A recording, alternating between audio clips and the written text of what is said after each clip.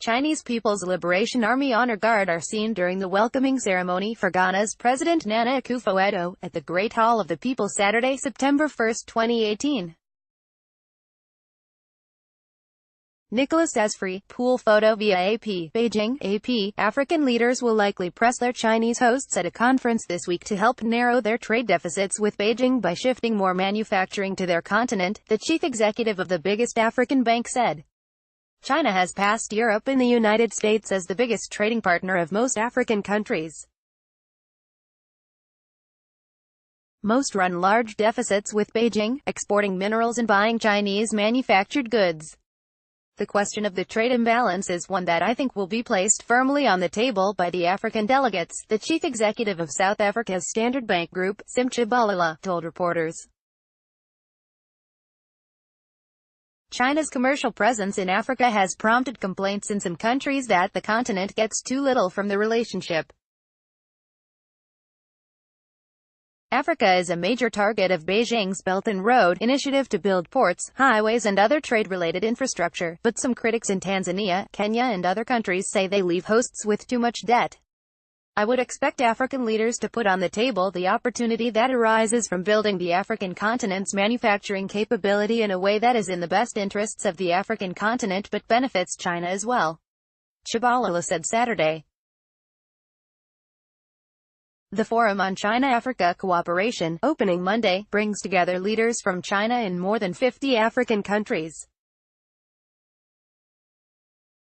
Dozens of African leaders have met with Chinese President Xi Jinping ahead of the conference. The participants are looking for ways to advance common growth and development, said South Africa's Foreign Minister, Lindiwe Sisulu. Some Chinese manufacturers are expanding to Africa, but the bulk of Chinese investment goes into mining or construction of roads and other infrastructure. A state-owned automaker, BAIC Group, announced plans this year to start producing electric cars in South Africa. As Chinese manufacturers move to making higher-value products, the slack that is produced as a consequence can be taken up by African economies, according to Tshabalala. Standard Bank represents the biggest Chinese investment in Africa to date, after state-owned Industrial and Commerce Bank of China Limited agreed in 2007 to buy 20% of the African lender for $5.5 billion. Since then, the two banks say they have collaborated on channeling billions of dollars of Chinese investment into Africa. Some 300 companies account for the majority of China's business activity in Africa, but the region also has some 30,000 smaller Chinese firms that are of growing importance, said Francois Gamut, head of Standard Bank Group's Asian operation.